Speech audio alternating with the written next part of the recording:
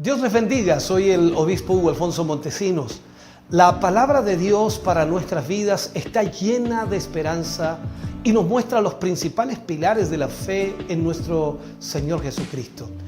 Te invito a ver con mucha atención el siguiente mensaje. Esperamos que esta palabra pueda bendecir y fortalecer tu vida. Te invito a ver el mensaje de Dios.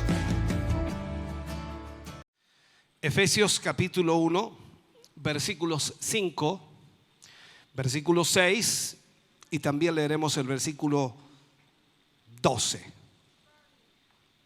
Leemos la palabra del Señor, lo hacemos en el nombre de nuestro Señor Jesucristo.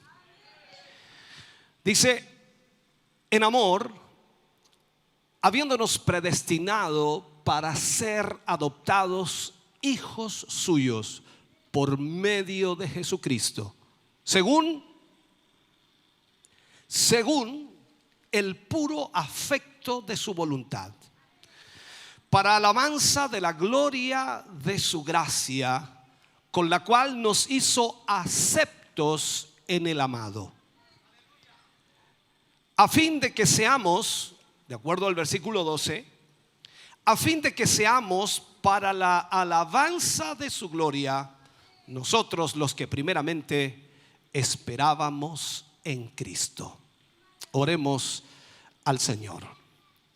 Padre, te damos gracias por tu gran amor y misericordia. Te damos gracias, Señor, porque nos permites en esta hora y en este momento tener tu palabra para nuestra vida y corazón. Esperamos tú nos guíes, esperamos tú nos ayudes y nos enfoques, Señor, en lo que tu palabra tiene para nuestra vida. Yo te ruego, Señor, que cada uno de tus hijos que hoy está aquí pueda poner la atención suficiente, Señor. Su mente y corazón esté atento a tu palabra, ya que es la única manera de poder lograr entender la profundidad de ella. Y cada tema, Señor, que sin duda recibimos es para que nosotros seamos instruidos, guiados, enfocados en tu propósito. Señor, guíanos hoy, lo pedimos y lo rogamos en el nombre de Jesús. Amén y amén, Señor. Fuerte ese aplauso de alabanza al Señor. Bendito sea el nombre del Señor. Puede sentarse, Dios le bendiga. Ponga mucha atención a lo que hablaremos. A veces el día domingo tomamos un tema que es mucho más profundo que los otros temas que tocamos en la semana, por el hecho de que la mayor parte de la iglesia base o la iglesia, digamos así, general está presente. Vamos a hablar hoy día acerca de la seguridad y la santificación en Cristo. La seguridad de que Cristo nos salvó, la seguridad de nuestra salvación y la santificación que Él ha hecho en nosotros. De eso vamos a hablar en el día de hoy. Recuerde que estamos hablando en esta serie La Iglesia, y este vendría a ser la lección número 6. Y cada lección tiene un enfoque diferente respecto, por supuesto, al tema que tocamos. De acuerdo a la palabra del Señor, dice que nosotros somos hechos instrumentos del propósito eterno de Dios. Instrumentos del propósito eterno de Dios. Y ahora veremos, por supuesto, la razón por la cual existe la iglesia. ¿Por qué razón existe la iglesia? Leíamos recién estos versículos que por supuesto nos dicen muchísimo. Y habiéndonos predestinado para ser adoptados hijos suyos por medio de Jesucristo, según por supuesto el puro afecto, dice, de su voluntad, para la alabanza de su gloria, de su gracia, con la cual nos hizo aceptos en el amado, a fin de que seamos, dice, para la alabanza de su gloria, nosotros los que primeramente, por supuesto, esperábamos a Cristo. En Efesios capítulo 2, versículo 10, también enfoca Pablo esto y lo va profundizando. Dice: porque somos hechura suya, creados en Cristo Jesús para buenas obras, las cuales Dios preparó, dice, de antemano para que anduviésemos en ellas. Cuando vamos luego al libro de Juan, escuchando las palabras textuales de nuestro Señor Jesucristo, en Juan capítulo 17, versículo 5, dice: ahora pues, Padre, glorifícame tú al lado tuyo con aquella gloria que tuve contigo antes que el mundo fuese. Antes que el mundo fuese. En primer lugar, analizando estos versículos y profundizando también en ellos, vemos normalmente en la vida diaria, en la vida cotidiana como cristianos, como hijos del Señor, vemos el ataque de Satanás, vemos el ataque del diablo constantemente sobre la seguridad de nuestra salvación o la seguridad de Cristo en nosotros. A través del uso de la gran mentira, Satanás constantemente hace un gran avance en lo que es su campaña para debilitar la seguridad y la confianza del creyente. Cuando hablamos de confiar en Dios y cuando hablamos de creer en Dios, por supuesto, cada uno de nosotros responde afirmativamente y decimos: yo creo en Dios. Claro que sí, yo alabo a Dios, yo exalto al Señor. Pero siendo muy honestos y profundizando en ello, muchas veces nuestra vida espiritual está por los suelos. Nuestra confianza se ha perdido y muchas veces incluso dudamos de que hayamos sido perdonados o que hayamos sido salvados. Y Satanás ataca aquello constantemente. Nos hace perder la seguridad de lo que Cristo ha hecho por nosotros. Todos y cada uno de nosotros como cristianos sabemos lo que Cristo hizo en la cruz del Calvario. Él pagó el precio por todos nuestros pecados. Él nos salvó, Él nos redimió. Con su sangre nosotros hemos sido limpios de toda maldad y hemos sido aceptos a Dios a través del sacrificio que Cristo hizo en la cruz. Pero en algunos casos pasa simplemente a ser frases y palabras, porque la seguridad en los creyentes se ha perdido. Y eso es lo que nosotros debemos entonces tener claro hoy día: la seguridad de que Cristo pagó por nuestros pecados y Él nos ha hecho salvos. Satanás lo que hace continuamente es traer de alguna manera esta inseguridad, esta duda, y con esta maldición, si puedo decirlo, a través de la historia para destruir la confianza de todo creyente en lo que Cristo ha hecho por nosotros. Satanás sabe que un pueblo seguro, que un pueblo con convicciones, que un pueblo que tiene confianza en lo que Cristo ha hecho, entonces ese pueblo le colocará un gran problema, será una lucha constante. Entonces ese pueblo va a representar la situación más difícil para Satanás. Porque si usted y yo estamos seguros de lo que Cristo hizo por nosotros, no vamos a dudar, no vamos a tambalear, vamos a estar confiados plenamente en lo que el Señor ha hecho. En los primeros tiempos de la iglesia, cuando miramos la escritura, vemos entonces el aspecto más resaltante de la seguridad. Eran hombres que no estaban cuestionando o dudando, y ellos podían hablar con total autoridad de lo que había sucedido y de lo que había ocurrido, porque sus corazones estaban bien. No tenían corazones divididos ni con dudas, porque ellos habían visto con sus propios ojos lo que Jesús había hecho por ellos. Y la base de su seguridad era que el Espíritu Santo más encima había venido y había, por supuesto, grabado en ellos el hecho de que Jesús estaba ahora en el trono de Dios. Tal como dice la escritura, Jesús estaba a la diestra del Padre, exaltado e intercediendo por nosotros. Por lo tanto, ellos estaban totalmente seguros de lo que Jesús había realizado y de lo que ellos eran en Cristo. Recordemos esto: cuando el Espíritu Santo de Dios sopló sobre el aposento alto en el día de Pentecostés, ellos sabían que Cristo, el que vieron ascender al cielo, por supuesto, había vuelto al Padre y se había sentado a la diestra del Padre.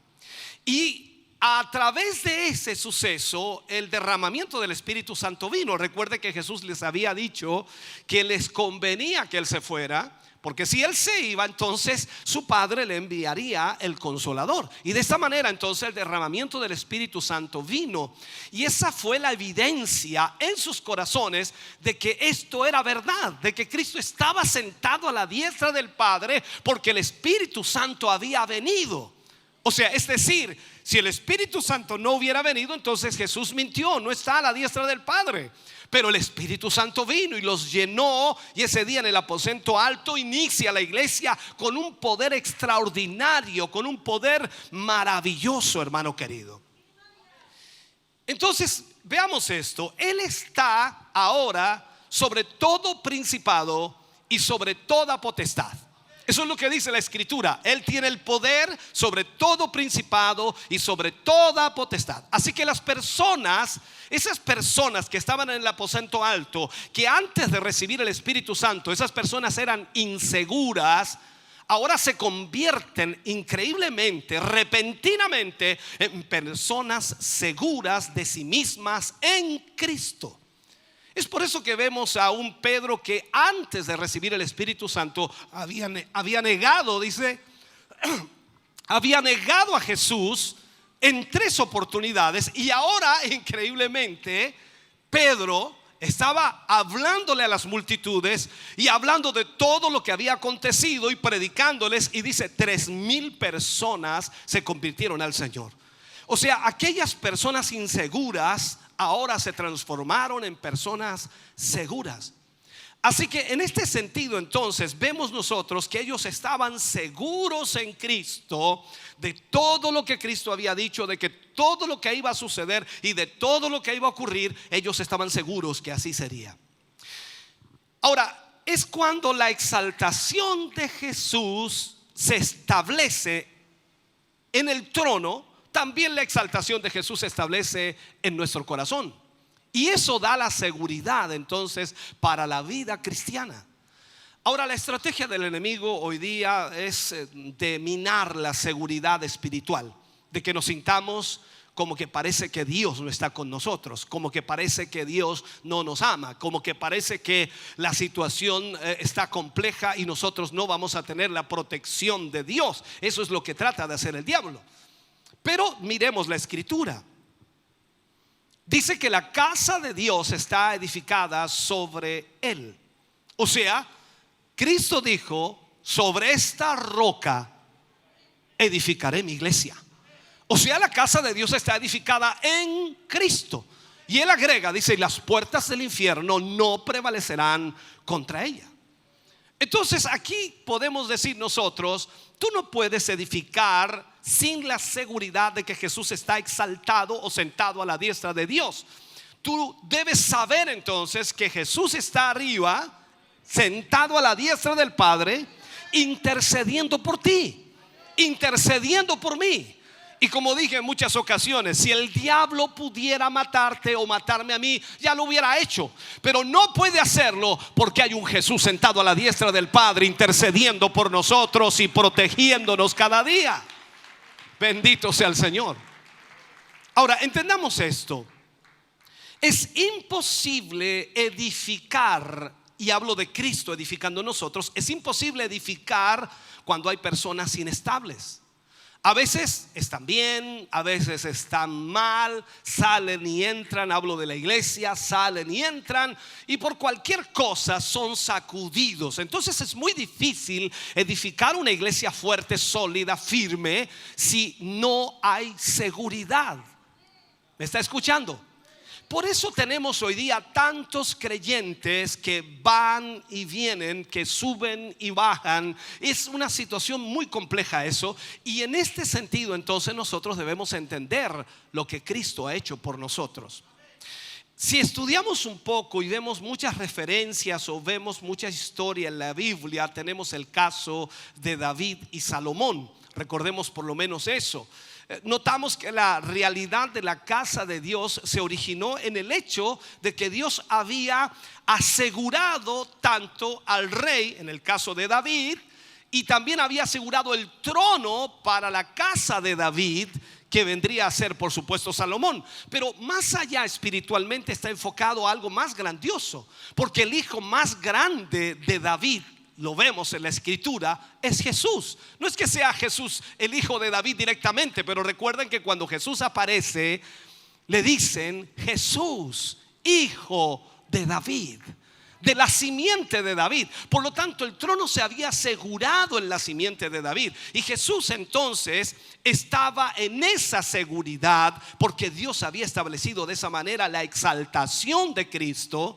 Y la historia de la iglesia se inicia de esa misma manera.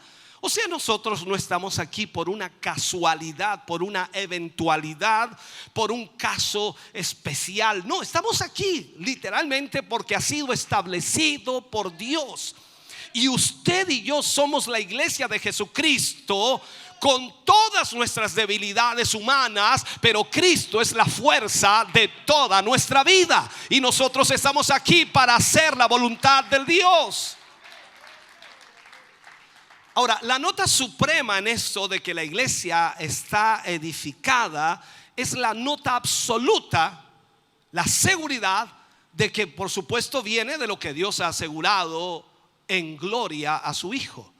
O sea, la iglesia está aquí porque Jesús está sentado a la diestra del Padre. Ahora, si Jesús está exaltado a la diestra del Padre, yo estoy con Él. La Biblia dice eso, que nosotros estamos sentados con Cristo en los cielos, en los lugares celestiales con Cristo Jesús. O sea, significa que si Jesús está sentado a la diestra del Padre, tú y yo estamos con Él allí. Usted claro dice, pero pastor, no puede ser, yo estoy aquí en la tierra. Sí, pero tú estás en presencia de Dios a través de Cristo.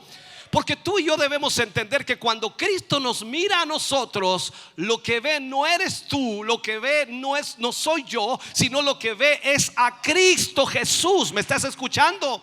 Por lo tanto, estamos sentados con Cristo en los cielos. Entonces, si Jesús está exaltado sobre todos los poderes, sobre todos los principados, entonces yo también estoy con Él.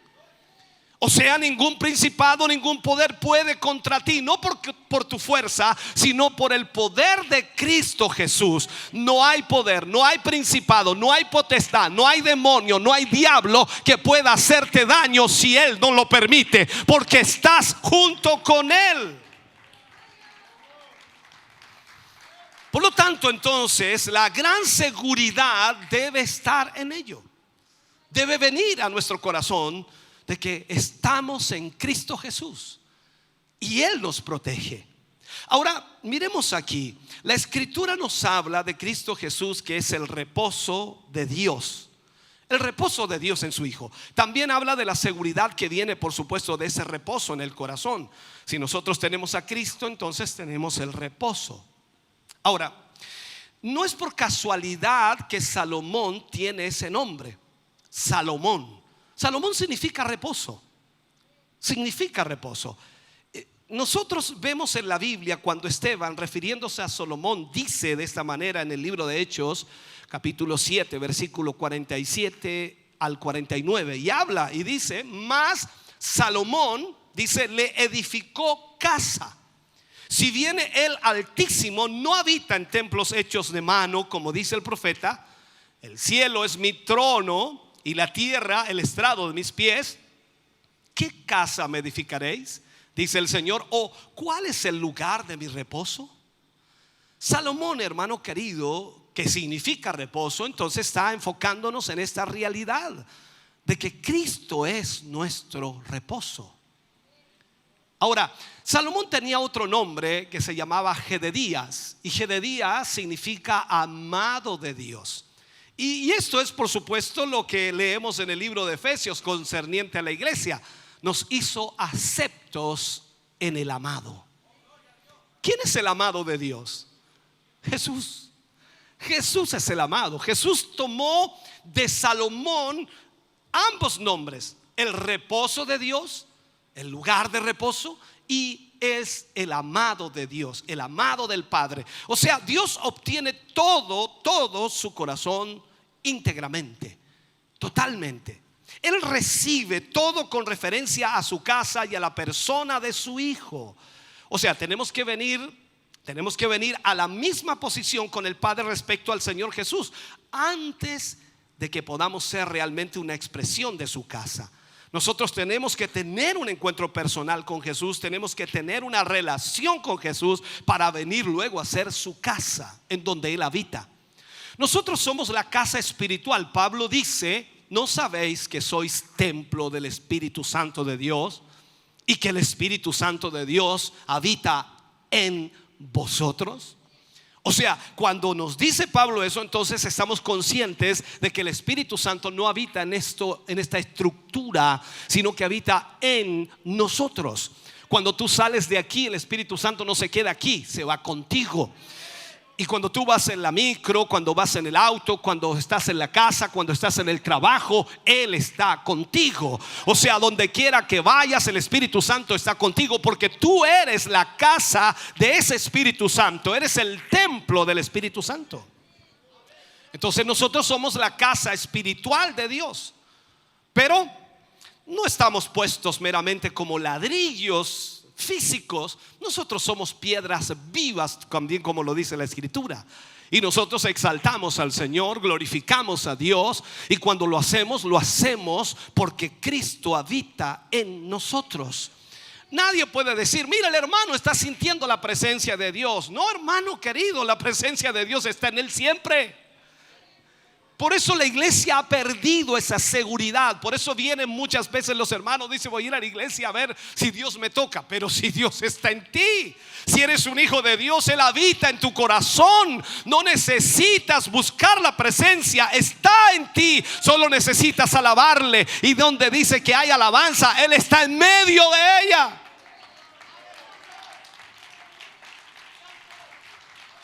Ahora, las partes, tú y yo, por decirlo así, somos todos una piedra del ángulo. Venimos a hacer eso. Como el edificio, nosotros tomamos nuestro carácter de la principal piedra del ángulo, que es Cristo, que Dios escogió, por supuesto. Y esto se entiende. Recuerda lo que dice la Escritura: yo pongo en Sión, dice, la principal piedra del ángulo, escogida y preciosa. Estaba hablando de Cristo. Entonces Dios obra por causa de Él y para Él. Y tú y yo obramos, actuamos, hacemos, ejecutamos por causa de Él y para Él. Recuerde lo que dice Pablo a los Colosenses. Le dice: haced todo como para Dios y no para los hombres. Aquí es donde nosotros entonces debemos entender que como iglesia del Señor, nosotros representamos a Cristo sobre la tierra. El corazón de Dios está satisfecho en su Hijo. ¿Tú recuerdas las palabras que se oyeron desde el cielo cuando Jesús entró, por ejemplo, a las aguas del bautismo? Dios habló y dijo: este es mi Hijo amado, en quien tengo complacencia. En la transfiguración, donde estuvieron en el monte Pedro, Juan y Jacobo y observaron esto, la voz de Dios se oyó una vez más y dice: este es mi Hijo amado, en quien tengo complacencia. Y agrega: a él oíd. O sea, digo esto: el corazón de Dios está satisfecho en su Hijo, porque el Hijo siempre respondió a todo lo que el Padre requería de una manera espiritual y también moral. Mientras Él estuvo sobre esta tierra, Él obedeció absolutamente a Dios. ¿Acaso no podemos entender entonces que la misma predestinación de nuestras vidas debe ser conforme a la imagen de la cual representamos? O sea, debe ser conforme a Él. Porque lo que representamos aquí, hermano querido, en el mismo lugar de rechazo de Jesús, nosotros lo representamos. Y aunque nos rechacen, no nos están rechazando a nosotros, están rechazando a Jesús. Ahora, los hombres deben ser capaces de verlo a Él. Y ya he manifestado que el ministerio de la iglesia hoy es el mismo ministerio que Cristo hizo cuando Él anduvo en esta tierra. Recuerde que Él dijo: el Espíritu del Señor está sobre mí, me ha ungido y me ha dado el poder para libertar a los presos, para sanar a los enfermos, para libertar a los endemoniados, en fin, resucitar a los muertos. Eso es lo que la iglesia debe hacer en este tiempo, porque representamos a aquel que lo hizo. Más aún cuando Cristo dijo: mayores cosas que estas haré. Entonces debemos, hermano querido, ver aquí el valor de la sangre de Jesús. el valor de la sangre de Jesús. Porque si no, el enemigo lo que va a hacer es acusarnos. El acusador siempre está allí. El acusador de los hermanos le llama la Escritura, y nos sacará del camino. El enemigo siempre vendrá a resfregarte todos tus pecados, todas tus maldades, tus errores, tus conflictos, tus odios, tus envidias, tus celos, tus contiendas. Vendrá a resfregártelas en la cara constantemente, porque eso es lo que él hace. Él es el acusador. Pero si tú y yo tenemos la seguridad de que la sangre de Cristo limpia al más vil pecador, entonces el diablo no podrá hacer nada contra ti. Es por su preciosa sangre que el reposo de Dios, Cristo mismo, está asegurado en nuestras vidas. O sea, eso es lo que nosotros debemos tener. La sangre de Jesús es el gran factor en el fin.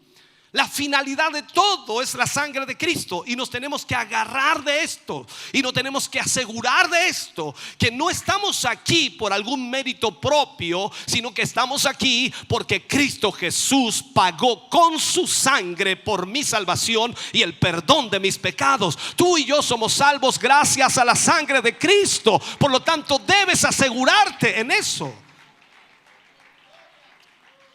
En temáticas anteriores que hemos abordado, hemos hablado mucho y muchas horas, varias horas en realidad, hemos hablado acerca de la sangre de Cristo. Y es imperativo, es urgente que comprendamos el lugar y el valor de la sangre. Satanás siempre está buscando robar a los hijos de Dios el reposo en los asuntos espirituales. Es como preguntarle hoy día: hermano querido, ¿usted se siente en paz? ¿Siente usted la tranquilidad? ¿Siente usted la seguridad de lo que Dios ha hecho en su vida? Y posiblemente algunos dicen: no, pastor, tengo cualquier problema. No te estoy hablando de los problemas. ¿Tienes la seguridad de que Cristo está en ti?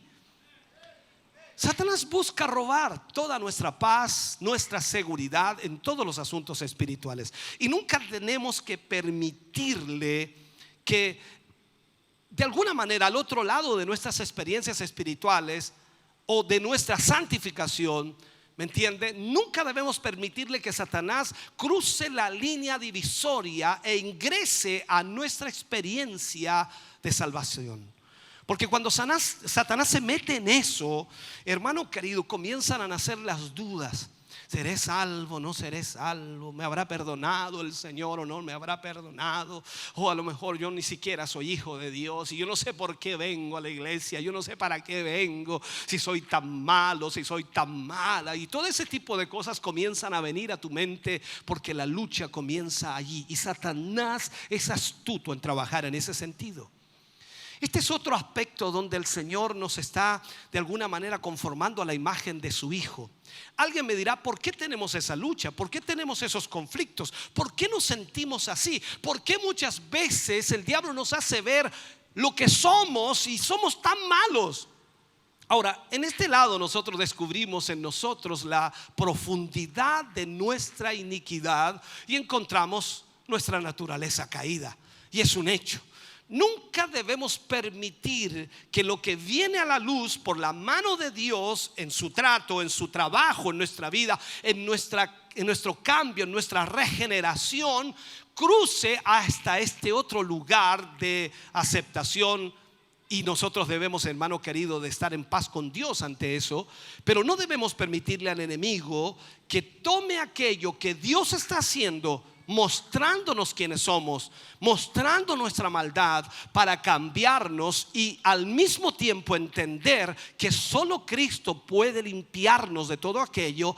No debemos permitirle al enemigo que tome aquello para desfallecer o perder la confianza o sencillamente no entender que somos salvos. Si esto ocurre, la seguridad de la que hablamos se pierde. Si Satanás utiliza aquello que Dios está trabajando en nosotros, porque debemos ser honestos, cuando Dios trabaja en nuestra vida, Él nos muestra nuestra iniquidad, nos muestra cuán malos somos. Él saca a la luz todo lo inicuo, todo el pecado, y lógicamente nosotros nos sentimos horriblemente mal. Pero no lo hace para avergonzarnos, no lo hace para destruirnos, sino que lo hace para restaurarnos. para que yo pueda considerar entonces mi vida de pecado y pueda ir a las plantas del Señor y pedir perdón por mis pecados, y esa sangre preciosa que está fresca hasta el día de hoy me lava y me limpia de todo pecado. Bendito sea el Señor. Ahora, ¿cuál es el problema de todo esto? Muchos cristianos fallan en mantener esta línea definida claramente. Así que aceptan toda clase de acusaciones del enemigo, porque el Señor está de alguna manera tratando con ellos de esta forma, mostrándole lo que son, pero ellos piensan que es el diablo que está inmediatamente destruyéndoles, y al mismo tiempo les está diciendo que ellos ya no son salvos. Ahora, he dicho una y otra vez que cuando Dios nos mira, Él ve a Cristo. O sea, Dios me mira a mí, pero no me ve a mí, sino que ve a Cristo. Y Cristo no tiene falencias. Cristo es perfecto. Pero ¿por qué no me ve a mí? Porque yo estoy en Cristo. Ahora, cuando tú y yo no estamos en Cristo, lógicamente ya no es Cristo que está allí, y lógico, cuando Dios te mira, te ve a ti. Y lo que mereces y lo que yo merezco sin Cristo es la perdición eterna. No hay salvación fuera de Él. Jesús dijo: yo soy el camino, soy la verdad, soy la vida. También dice: nadie va al Padre sino por mí, o a través de mí. Ahora, cuando Él nos mira, entonces ve a Cristo, no ve nada más que Cristo. Así que todo su trabajo es quitar de nosotros todo lo que no es de Cristo.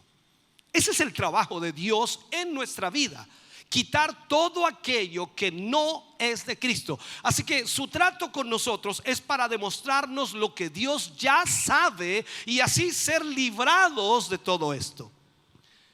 Si el diablo puede llevarnos al punto que permitamos que se cruce el proceso de santificación, de ser conformados a la imagen de Cristo, o detener ese proceso, entonces lógicamente la inseguridad va a venir a nuestra vida. Y Satanás va a aprovecharse de eso y nos va a traer a una duda tan grande que lamentablemente vamos a sufrir. Entonces, cuando hablamos del toque de Dios y la experiencia de la justificación, porque yo pienso y creo que todos saben y entienden que han sido justificados en Cristo. Cuando usted recibió a Jesús, cuando usted recibió al Señor, usted fue justificado en Cristo.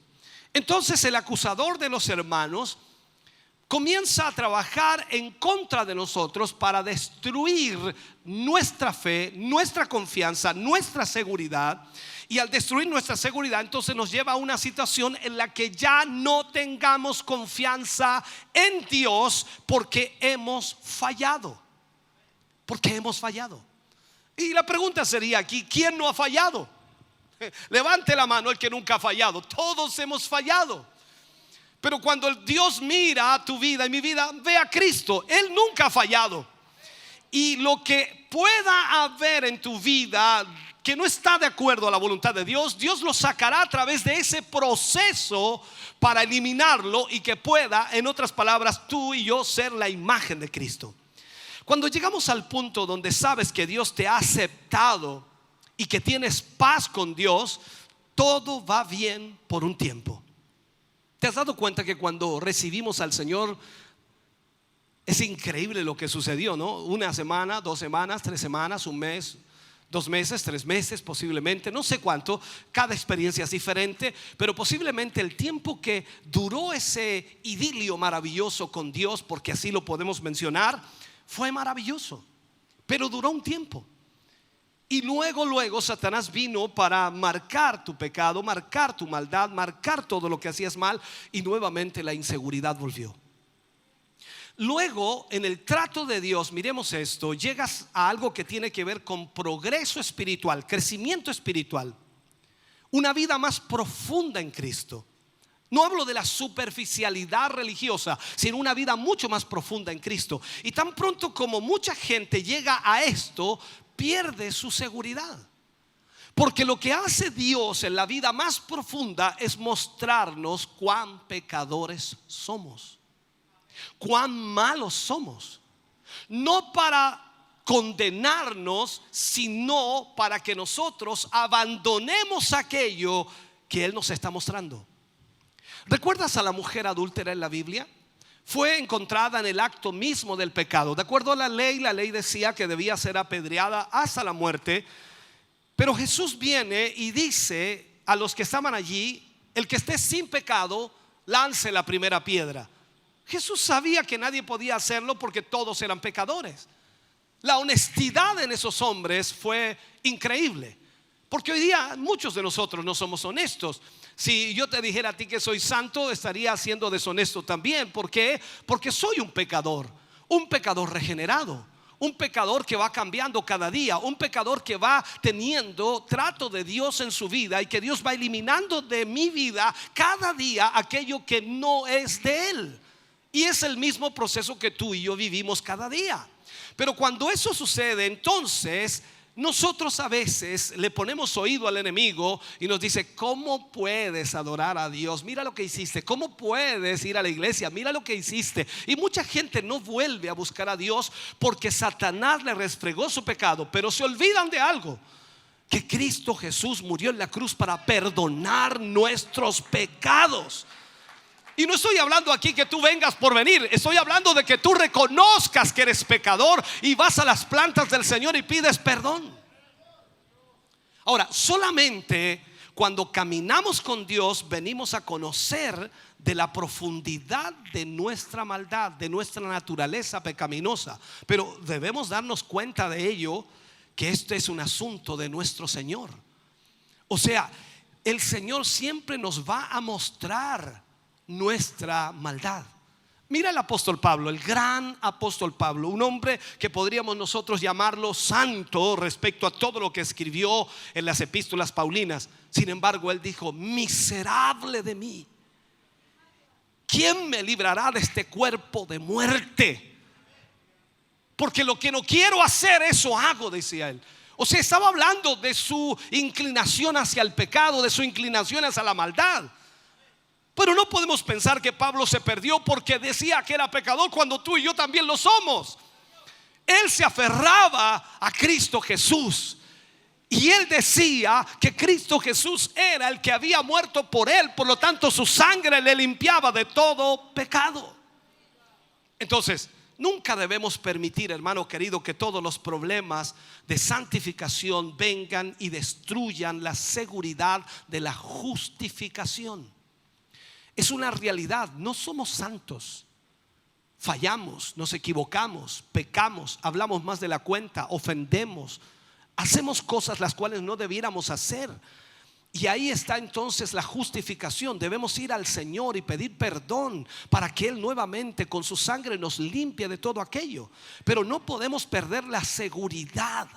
Debemos tener mucho cuidado en mantener esta línea claramente definida, porque es el trabajo del diablo destruir el poder de la iglesia. Por eso es que la iglesia hoy día no tiene poder alguno cuando hablamos de orar por los enfermos, de orar por los endemoniados, de orar por la gente que necesita liberación, restauración, sanidad, salvación. La iglesia ha perdido ese poder porque no tiene seguridad en su vida. La palabra de Dios dice: ellos han vencido por medio de la sangre del Cordero. O sea, la victoria de la iglesia no está en el poder humano, porque la palabra de Dios dice que no es con espada, no es con ejército, sino es con el Espíritu Santo de Dios. Y aquí dice: ellos le han vencido por medio de la sangre del Cordero. Hay una sangre poderosa, hay una sangre preciosa, hay una sangre que elimina, que vence toda maldad. Aleluya.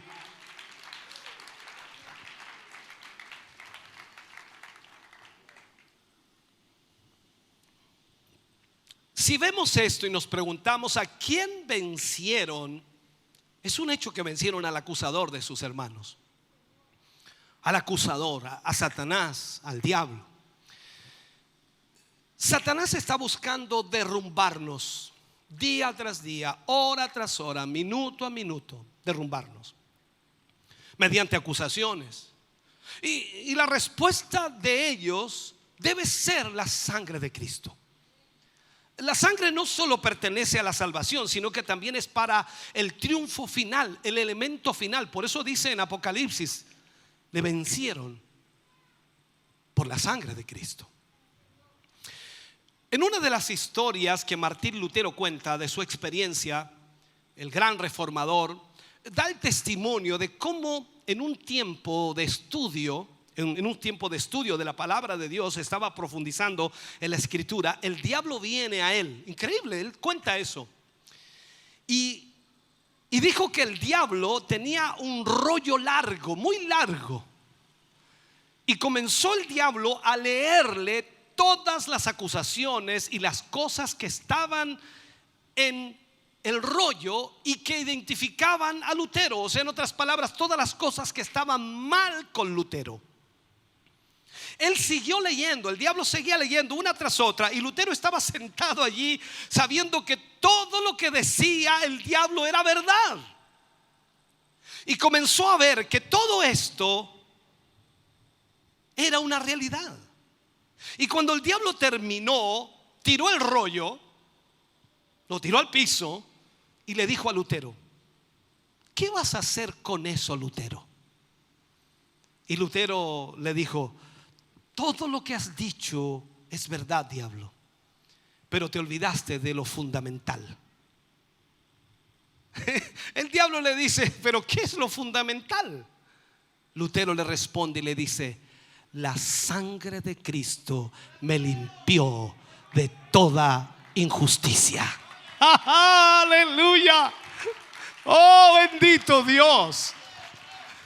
El diablo puede venir a decirte todo lo que quiere y puede tener mucha razón, pero nunca olvides lo fundamental. La sangre de Cristo lava y limpia al más vil pecador. Nunca debes perder de vista el valor de la sangre de Jesús, porque si lo haces, el diablo puede arruinar tu seguridad. Y cuando esta seguridad se pierde, entonces, por supuesto, el poder de la iglesia se pierde. Si nosotros miramos la nueva creación de Dios y la observamos al creyente, al Hijo de Dios, a la iglesia misma, Dios dice que vio a Adán y dijo que era muy bueno. ¿Recuerda usted esa frase? Y Dios creó y vio que era bueno.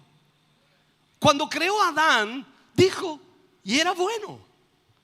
Y para que Dios diga que es bueno, es que es bueno. Esto es como usted cuando dice: oye, que es bueno, no que estuvo bueno, que está rica esta comida. No es como usted, siempre va a encontrarle algún defecto, detalle. Es un hecho, y eso que somos nosotros humanos, que no tenemos la capacidad de Dios. Entonces, cuando Dios dice que es bueno, es porque es bueno. Pero ¿qué siguió después? La caída, la ruina en la creación. La ruina en la creación. Y de una creación arruinada, Dios levantó, ¿qué cosa? Una nación. Y la cosa más grande que dijo de Israel, Dios dijo: Israel, mi gloria. Uno dice: ¿pero qué pasó aquí? O sea, esto es como cuando nos encontramos con Gedeón en ese capítulo, ¿no? Cuando el ángel viene y le dice a Gedeón que estaba escondido, que estaba aventando el trigo, que se ocultaba de los madianitas, que tenía miedo, que era ¿cómo dicen alguien? Un cobarde. Viene el ángel y le dice: varón esforzado y valiente, Jehová está contigo. Eso es como que le diga a usted el Señor ahora mismo: varona esforzado y valiente. Y usted dice: Señor, parece que se equivocó, debe ser a la hermana de atrás. Dios dice de Israel: Israel, mi gloria. Israel fue la gloria de Dios, pero nuevamente el fracaso vino y la ruina vino. O sea, empezó con Adán, que era bueno, cayó. Israel como una nación cayó una y otra vez, y finalmente Dios regresa con una nueva creación en Cristo. Y Dios dijo de Cristo, quien es el primogénito de una nueva creación: mi Hijo amado, en quien tengo complacencia. Wow, y dijo Satanás, no, esto lo voy a hacer igual. Lo voy a hacer igual como lo hice con Adán, igual como lo hice con Israel. Lo voy a hacer igualito con este. Y fue al desierto 3 oportunidades y no pudo. Y agarró a los fariseos, a los saduceos y a todos los escribas para que se pusieran en contra de Cristo, para presionarlo, y no pudo. Lo llevó a la cruz, y cuando lo tenía en la cruz dijo: ahora se acabó, se acabó, se acabó. Y no sabía lo que estaba haciendo Satanás. Estaba cumpliendo el designio de Dios. Tenía que ir a la cruz, tenía que morir, tenía que ser sepultado, pero al tercer día iba a resucitar. Y esa sangre derramada no era para destruirlo, sino era para salvarte a ti y a mí. Bendito sea el Señor. Aleluya. Pablo dice que esta nueva creación, en Efesios 4:24, dice que esta nueva creación que ha sido creada en justicia y verdadera santidad. O sea, Dios dice de esta creación que es buena. Que es buena. Cristo es bueno. ¿Cuántos dicen amén? Cristo es bueno. Es excelente, es extraordinario, es santo, es puro. Y tú estás en Cristo. Y tú y yo estamos en Cristo. O sea, Dios nos mira, dice: este es bueno. Esta iglesia es buena, porque nos está mirando a través de Cristo, que es bueno. Entonces miremos esto. Cuando miramos la iglesia, su cuerpo, una extensión de Cristo, una extensión de Cristo corporal a un cuerpo literal hoy día. Un cuerpo personal que tenía Cristo lo traspasa al cuerpo que es la iglesia. Recuerde lo que le enseñaba esto en uno de los temas. Cuando vino el Espíritu Santo y cayó sobre la iglesia, lógicamente estamos hablando de que el Señor se fue y ya no estaba aquí Cristo. Pero como Él se fue, Él tomó otro cuerpo, que es la iglesia, y la llenó de su Espíritu para que hiciera lo mismo que Él había hecho sobre esta tierra. Entonces tenemos que entender que Jesús es en nuestra vida lo especial de Dios.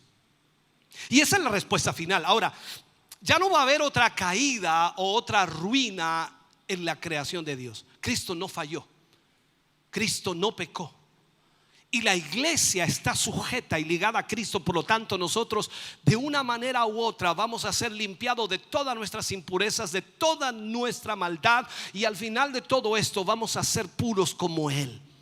La última respuesta de Dios a todo el pasado de ruina y de fracaso es la iglesia, la casa espiritual, la nueva creación. Y esta iglesia demostrará al mundo lo que Cristo es. Pero la pregunta que nos hacemos es: ¿qué es la iglesia? Aunque lo hemos estudiado, lo hemos visto una y otra vez, muchos no lo entienden. La iglesia, la casa espiritual de Dios, es Cristo mismo. Dice que Él es la cabeza de este cuerpo que es la iglesia. Ahora, no es Cristo personalmente, sino es Cristo en ti y en mí, la esperanza de gloria. No es Cristo dividido en millones de fragmentos entre los creyentes. Es un solo Cristo. Es Cristo en ti y en mí, la iglesia. Y eso tenemos que comprenderlo. Dios nunca ha visto en esta iglesia nada sino solo a su Hijo. Cristo es el templo de Dios, y tú y yo nunca podemos pertenecer a la iglesia a menos que Cristo esté en nosotros. O sea, tú no pertenecerás nunca a la iglesia del Señor si Cristo no está en ti. En otros capítulos hemos visto y hemos tratado con esta pequeña frase: en Cristo, que aparece más o menos 100 veces en el Nuevo Testamento. Y dijimos que estar en Cristo es estar en la iglesia. La casa espiritual es Cristo, y todo lo que no es de Cristo tiene que ser dejado en su propio lugar. No pertenece al Señor. Tenemos que buscar permanecer en la verdad. en esa verdad que es Cristo en nosotros. En cada uno de nosotros debe morar la gloria de Dios. ¿Cuántos dicen amén? Debemos ser, como dijo Pablo, para la gloria de su gracia. Así es como la gracia empieza. Cristo en ti, la esperanza de gloria. Ahora, mientras estemos en Cristo, se nos ordena permanecer en Cristo. Habitamos ahí, y eso se logra, por supuesto, siempre tomando decisiones en la vida. Yo decido aceptar lo que Cristo hizo por mí. Es como esa alabanza que cantamos a veces: decidido seguir a Cristo. Ahora, Dios nos ve en Cristo, y como Dios nos ve en Cristo, entonces Él nos considera como algo terminado en Cristo, una obra terminada en Cristo. Aunque el Espíritu Santo sigue trabajando en nosotros día tras día, noche tras noche, y sigue obrando. Debemos entender algo: Cristo no murió por Él mismo. Él murió por nuestros pecados. Cristo no murió por sus propios pecados, sino murió por los míos y por los tuyos. Ahora, cuando vemos la Escritura nos dice que Él no resucitó por Él, sino resucitó por mí y por ti. Él es glorificado ahora a la diestra del Padre, y mientras yo permanezca en Cristo, entonces Dios me ve como un producto terminado, porque estamos en presencia del Padre. Pero todo el tiempo Él está trabajando conmigo bajo este principio de vida que es Cristo perfeccionado en mí. Ese principio de vida está conformándome progresivamente a la imagen de Cristo. Entonces dijimos que esta vida, ojalá logre entenderme, dijimos que esta vida, que es la sangre y el espíritu con el mismo código genético de Dios en ella, está conformándonos todo el tiempo, y lo hace permanentemente para llevarnos a la imagen de Cristo. Por ejemplo, cuando estamos dormidos, cuando estamos despiertos, cuando estamos trabajando, cuando estamos caminando, cuando estamos aquí en el templo, la vida en nosotros nos está conformando a la imagen de Cristo. La Escritura dice que debemos ser llevados a la estatura de un varón perfecto. Dios solo ve a Cristo, pero hay cosas que Él debe quitar de nosotros, y al hacer esto, lógico, Él tiene que permitir que nosotros entremos en esas situaciones donde lo malo de esta naturaleza salga a la luz. Y ya hemos visto que esta naturaleza no se puede limpiar. Lamentablemente no se puede limpiar, debe morir. Allí está el nacimiento de la nueva criatura. Debemos llegar a ese lugar, y en ese lugar Dios permite que veamos esta maldad que está todavía ahí. Entonces es aquí que el acusador viene, y él viene para acusarnos constantemente diciendo: tú no puedes estar bien. Tú no puedes estar bien. ¿Cómo vas a estar bien? ¿Cómo se te ocurre que vas a estar bien con lo que hiciste? Mira lo que has hecho, mira cómo has vivido. ¿Te acuerdas lo que hacías? ¿Te acuerdas cómo hablabas? ¿Te acuerdas lo que pensabas? ¿Te acuerdas lo que imaginabas? O sea, tú no puedes estar bien. Si tú le crees al enemigo, él va a destruir tu seguridad. Y al próximo culto no vas a querer venir. Al próximo reunión tú no vas a querer asistir porque estás mal. Dile al diablo cuando te diga eso: diablo, tienes toda la razón, hice todo lo que tú dices, pero se te olvida lo fundamental. La sangre de Cristo me limpia de todo pecado. Esto nos ocurre a todos, hermano querido. A todos, a usted, a mí, a todos. Hasta los más espirituales les ocurre esto. ¿Cuántas veces te has arrodillado llorando, quebrantado? Y tienes que hacerlo, claro que sí, pidiendo perdón al Señor por algo, y viene el enemigo a decirte: Dios no te va a perdonar, eso no te lo perdona. No, te perdonó lo otro, pero esto no te lo perdona. No, esto no te lo perdona. Y te levantas. ¿Cómo te levantas? Te levantas pensando que Dios no te ha perdonado, que Él no te ha alabado, y estás mal y sigues mal y sigues mal, y no quieres ir a la iglesia, no quieres alabar a Dios, no quieres asistir, y comienzas a quedarte y a morirte espiritualmente. No le hagas caso al enemigo. Si vas a las plantas del Señor y pides perdón y le cuentas a Dios tus pecados, Él te perdonará, Él te lavará, Él te limpiará con su sangre preciosa. Aleluya.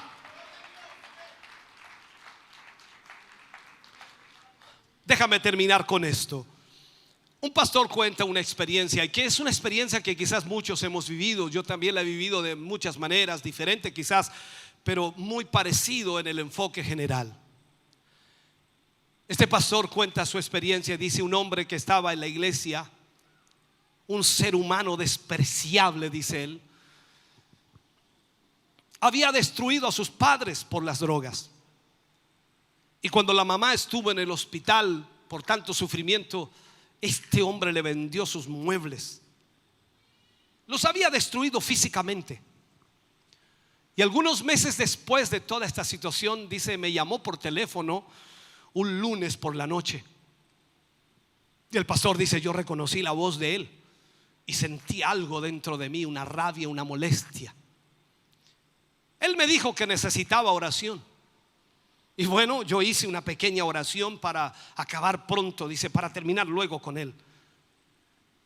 Pero al día siguiente, en la reunión de oración a las 5 de la mañana, dice el pastor, le dije a Dios, en una de mis frases, le dije: permíteme verme como tú me ves. Y escuché algo dentro de mí, dijo el pastor. Y la frase se oyó fuertemente en mi mente. Dice: tendré mucho gusto de hacerlo. Y Dios me dijo: veo en ti a un hombre que piensa que es más sabio que yo.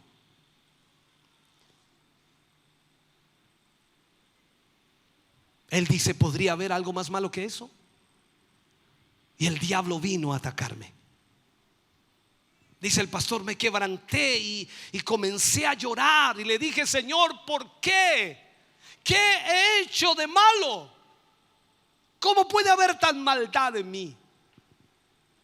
Dios le responde y le dice: yo hice que ese hombre te llamara anoche, y tú decidiste que él no podía ser salvo.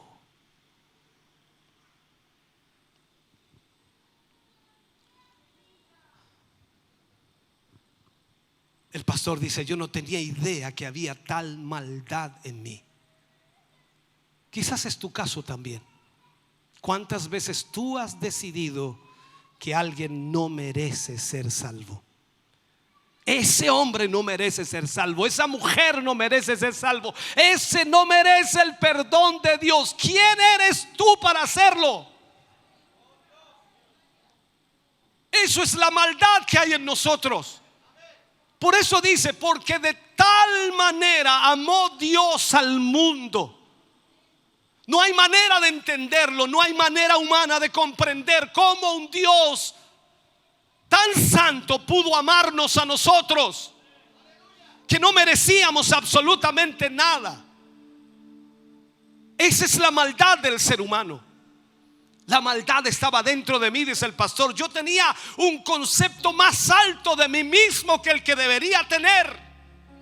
Me consideraba santo, me consideraba puro, pensando que yo podía definir quién era salvo y quién no. Pero Dios le permitió. Dios le permitió experimentar aquello. Y si él le hubiera dado lugar al diablo, él hubiera destruido la seguridad totalmente en la vida de ese pastor. Y él dice: reconocí inmediatamente que este era el proceso de crecimiento, de madurez, de entendimiento. Dios estaba sacando algo de mí, estaba eliminando algo de mí que no era de Cristo. Y yo no debo permitir nunca que esto cruce y toque la seguridad de justificación por la sangre de Cristo. Así que él dice: yo le confesé a Dios mi maldad, mi pecado, me arrepentí, seguí adelante con Dios y fui libre de esas tinieblas. Hermanos queridos, este pecado voluntario se tiene que confesar.